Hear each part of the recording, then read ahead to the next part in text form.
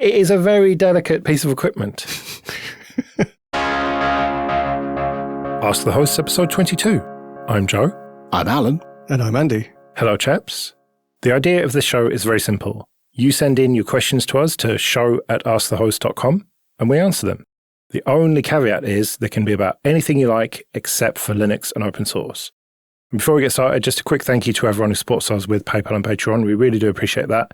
You can learn more at askthehost.com/support, and people who support us on Patreon get these episodes 2 weeks before everyone else. The first question then, Mirren asks, what did you all do as your first job? Delivering newspapers? Yes. So my first job was delivering the Y newspaper, which was a free newspaper in Stratford-upon-Avon, where I grew up.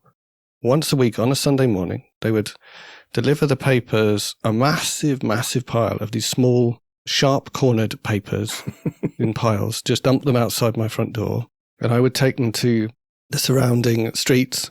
It would take me, 2.5 hours. I'd have to come back to my house multiple times to pick up another load and weigh down my small shoulders with this bag of very sharp, pointy newspapers. It took me 2.5 hours, and I got paid £4 a week for stuffing one of these basically kind of classified ads newspapers through everyone's letterbox. So you got paid to be a spammer? Yeah, it's the good old-fashioned version of spam. No, like classified ads, as in people paid their 25p or whatever to put in an advert. Like eBay or, what do they call it? Craigslist or something like that, doesn't it? Yeah, Facebook Marketplace. If you like. So yeah, I suppose my first job was actually delivering newspapers as well. And I would cycle around the corner and get out my big orange bag, my luminous orange bag. And then I had the same routes, as they say over the pond, that I would do every day and also on a Sunday.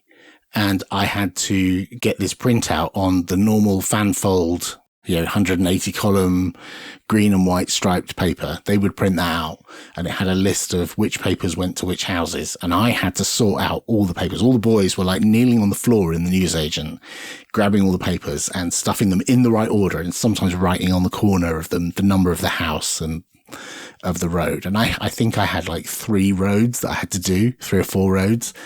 And they weren't all next to each other. They were kind of spread out. And sometimes I would take all of them out in one bag load. And it was like a variety of papers. Like some people had the Sun, some people had the Mirror, the Mail, whatever. And there was an estate of mobile homes, like caravan park kind of thing, trailer park, whatever you call it in the States. There was one of those that I had to do, and they had notoriously small letterboxes. The aperture in the door was quite narrow. And the worst part was Sunday, because all the Sunday papers were enormous and had the Sunday supplements, and trying to jam those through people's tiny letterboxes. I frequently would get them, as I'm shoving it through and it would get jammed, and I'd cycle off. They'd open the door and start shouting at me and, I'll tell your boss and all that. Yeah, I didn't really care. I later had a proper paper round with a bike and stuff. And Sundays were always the heaviest day, but I did get paid extra for Sundays. So when I moved on from delivering the Y to doing a daily paper round, I was in the money. I was making so much more than £4 a week. It was amazing. Yeah. Thinking about it, I probably did make a fair amount of money that kept me in video games, I think. I used to spend most of it on cassettes, video game cassettes. The worst part is when you come back to drop off any spares or drop the bag off or whatever, and they would say, oh, so-and-so didn't turn up, can you pick up his round? And it's I've already done 3 or 4 rounds, and now I've got to do this other road, which is miles away, that I've got to cycle all the way out to and deliver, and then cycle all the way back. No, I don't want to do it, but I was the only one there. So, and if you're not familiar with it, it takes much longer if you don't know where you're going. Yes, yeah. And it's depressing when you've already done 3 rounds and you've got and then you're going to be late for school. Yeah. Yeah, I guess it was, formative years and all that. I'm sure I've gained some, advantage in some way. I don't know.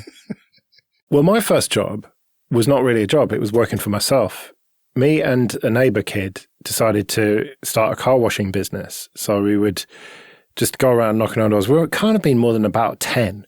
And we just went round washing cars and made reasonable money out of it and just bought loads of sweets.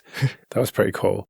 But then my first proper job was when I was 16, and I walked into a nightclub and said, "Gives a job." And they said, "How old are you?" I said, 18. I said, "All right." And they gave me a job. And I worked there for several months. And then they were due to close on New Year's Eve because they were going to do a refurb or refit, whatever.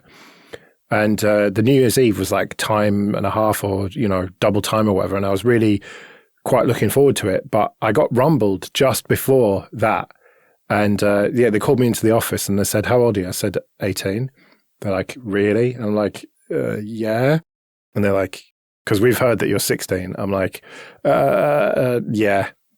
You got me. What can I do?" And then that was it. And really, they could have got in so much trouble for that. I mean, this was a long time ago. I'm quite old now. But yeah, like I was just 16 working behind a bar in a nightclub. And it was awesome.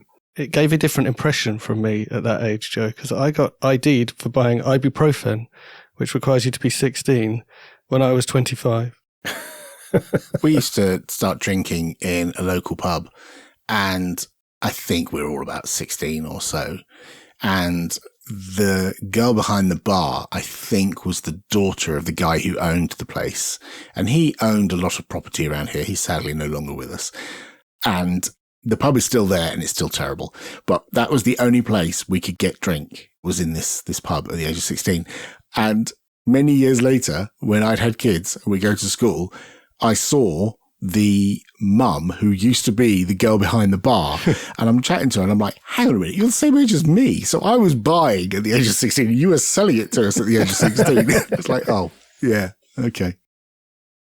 Emil asks, "How do you balance keeping yourself updated on what is happening in the world and your sanity?" And my answer is yes. How do you do this? Please tell me. I really need to know because I'm terrible at this. I have an easy answer for this, I think. And the answer is TikTok. And the reason why is because it is a conglomeration of short video clips. Like, for those who don't know, Uncle Alan will tell you all about it. Is there swiping involved? Yes, there is some swiping involved. The key thing is you can be watching a 1-minute summary of what's happened in the Middle East, followed by a cat making a funny noise, followed by a compilation of people saying, "Guess the fart," and then someone doing some interesting dances, and then a recipe. And I think the mishmash of all of that together means that no single one of those gets stuck in my head as, "Oh God, woe is me, the world is going to hell in a handbasket." Now, it might be that sometimes you may watch a video that is describing a world situation, and because you watch the whole thing, the algorithm thinks you want more of that. And you can easily coerce that away by just not watching the next one it shows you about the same subject, and you just swipe it away, and it eventually figures out, oh, actually he wants cats. And so you get more of the cats, or you get more of the how to make delicious roast potatoes, or making the best chicken wings. And I've made so many recipes at home where I have just been scrolling and I've seen something and I've bookmarked it and gone, right, I'm going to make that. And I just go make it, like either straight away, or I buy the ingredients and make it at the weekend and we try something new out. And that, I think, is my counter to the, social media is terrible. It's all terrible. It's all bad. And there's all these horrible things. Yeah, sure. There are some horrible things about social media, but I find the mixture of the awful with the mundane and the insane and cats and recipes is what keeps me level. I could unsubscribe from all the political stuff and I could just never see it. But I actually quite like the 1-minute summary of something or the 2-minute in-depth of something. And then I can just swipe it away and watch something else. What a time to be alive when 2 minutes is in depth. I know, right? It's interesting you say that the kind of the mixture is part of what makes it good. Because I think for me, the mixture is a bit of a problem for me. So I left Twitter ages ago, and the only social media that I interact with is Mastodon. And I think I've found a corner of Mastodon that is pretty friendly and kind, and it generally feels like a reasonably safe place for me. But when bad things are happening in the world, like they really are at the moment, a lot of my corner of Mastodon is quite concerned about that, and the mishmashiness of it and the jumping in and out of it I think adds to my sense of confusion and not knowing what's going on. So the lifeline, there are two lifelines for me. One is the BBC Today programme on Radio 4, which I've been listening to for, 30 years or something. And there are definitely criticisms to be made of that programme and of the BBC, but it is the closest thing I've ever found to impartial and calm take on what's going on in the world. And the other lifeline for me is walking. So I've incorporated into my working life that I have to walk a reasonable amount every day that I go into the office, and I go into the office 3 times a week, basically to make me walk. And walking with friends is the other part of that. So I'll meet up with people and go for a walk with them, and that really helps. And it's quite different from that sense of distraction that you get from electronic media. It's interesting you talk about the Today programme. I used to listen pretty religiously to the Today programme. When I used to commute, Radio 4 would be on, and I would listen to it solidly, like from 6 o'clock all the way through till whenever I got out of the car. And these days I tend not to, but when I do, it's in the morning. I'll put it on. Like I'll ask the lady tube next to the bed to play Radio 4. And so in the background, and I snooze off again. And the wild thing that happens to my brain, which I love and hate, is I'm drifting in and out of sleep, and I start dreaming that I'm interviewing Keir Starmer, right? And I want to get a word in, and he will not shut up, and neither will the other 2 guys in the room who are chatting with him. And I get so intensely frustrated, and then I wake up and go, oh, right, yeah, it's 2 people interviewing Keir Starmer. That's why. And I'm like shouting at them in the room, like, why aren't you listening to it? Anyway, that entertains me more than actually listening to it when I'm awake. Well, I just listen to political podcasts all the time. And you talked about walking, Andy. Well, I go walking every other day, and I just listen to political podcasts and just get down about the state of the world effectively. I mean, there is one that I must have mentioned before, the Politics Joe podcast, which has nothing to do with me, but it's just hilarious. They just go on about all sorts of crude shit all the time. And it's one of my favorite, well, I think it's my favorite political podcast, put it that way. Yeah, you put me onto Politics Joe, and I really enjoy it as well. But I do have to mix in non-politics podcasts. I do listen to a lot of podcasts when I'm walking. The nice thing about walking with a friend is that I'm actually present in the moment and not just off listening to a podcast. I used to have all of the political podcasts, from every network subscribed, and it was too much.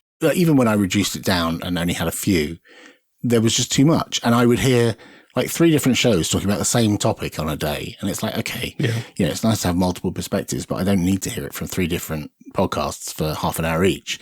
And I just purged them all. And I actually don't listen to any politics podcasts at all anymore. And the snippets that I get from TikTok or whatever, and sometimes on YouTube as well. So some of the people who make short content on TikTok also make longer form content on YouTube. And I prefer the independent voices over the mainstream news stuff, not for mainstream media and all that, but I just got so tired of it. It was all so formulaic and very, rigorous and well researched. Sure. But that can happen with other people as well. You don't have to be mainstream media to be well researched. If you listened regularly for hours to the Today programme, you would have heard the same stuff repeated so many times on each programme. Yes. And no wonder you got tired of it.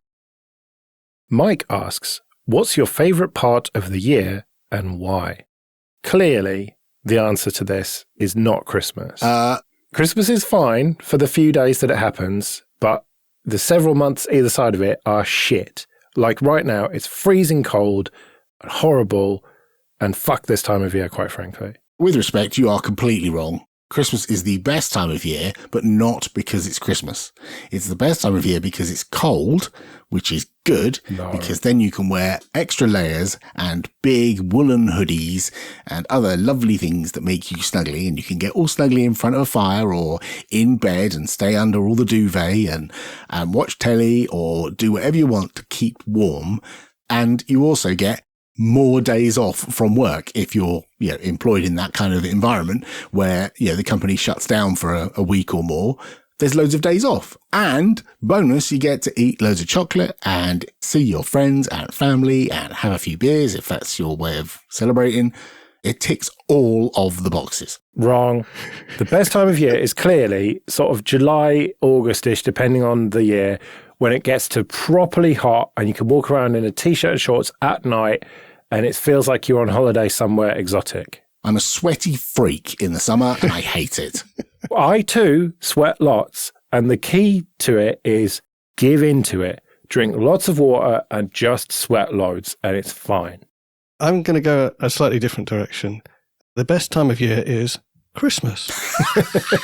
Because I don't have hay fever at Christmas, and it's lovely and dark. And like I love just looking out the window at like 3:30 and it's like, oh, it's getting dark already. It's just so nice. If you wake up at 3:30 and it's fucking dark already, it's not as fun, believe me. When you don't see daylight for months on end, it's really not that fun. I mean, if you choose to sleep through the only couple of hours of daylight there are in a day, that's really not Christmas's problem. I've just got back from a weekend away with Claire and we stayed in a shepherd's hut. So a very thin-walled wooden structure, and it was a very rainy, cold weekend. And we spent some of it just like watching TV in bed, curled up with the big hoodies on that I got from the recent conference, State of Open. I got one last year that's red and one this year that's blue. And we both wore them in bed and they were super, super warm and snuggly. It was delightful. I do think one aspect of it is no one makes you go outside when it's really miserable inside. And that is nice. I like being outside when it's nice and warm. I thought you were going to say, I like being miserable. Yeah, I do like being miserable. That must be part of it for me. Think about this, right? Picture it. You're in a pub garden. It's evening into, it's the sun's setting, but it's sort of 8 or 9 o'clock and it's still warm. You got your friends there. You got drinks there. You're outside. That is the best time of year. Do you know what that brings to mind for me? Like, I can see that, and I've got some great memories of listening to Rage Against the Machine and drinking lager. But what it actually brings to mind for me is my entire face is going to be killing, my eyes are hurting, and I'm in danger of sneezing snot over whoever's sitting next to me at any moment. Right. Antihistamines don't work for you then? Not well enough. Right. I'll give you a pass for that then. But Christmas is good fun for a few days when you can just, chocolate doesn't have calories miraculously for a few days. That's fine. But, the reason that Christmas exists when it does is to break up the horrendous time of year that is winter. Like, that's literally why it exists, because it's such a shit time of year. Christmas is good fun for one entire month. It's like a little holiday, even when you have to go to work, for a whole month. And then there's some actual good, solid time off in it as well. Yeah, then it's fucking January, and it's just a nightmare. January is not so good. I also quite like going to central London on Christmas Eve and shopping during the day. It's a bit chilly, but you get to see the Christmas lights and do a bit of shopping. And if you stay there into the evening, it's lovely. London is lovely at Christmas time. Absolutely wonderful. I wouldn't go on Christmas Eve. Oh yeah, every year I go on Christmas Eve. It's perfect. There's nobody there. Nobody shopping at 8 a.m. on Christmas Eve. Mostly because the shops are shut and they don't open until 9. But when they do, nobody is in there. There's no queues and I'm home by 12, 1 o'clock. Done. Wow. You're just both so wrong.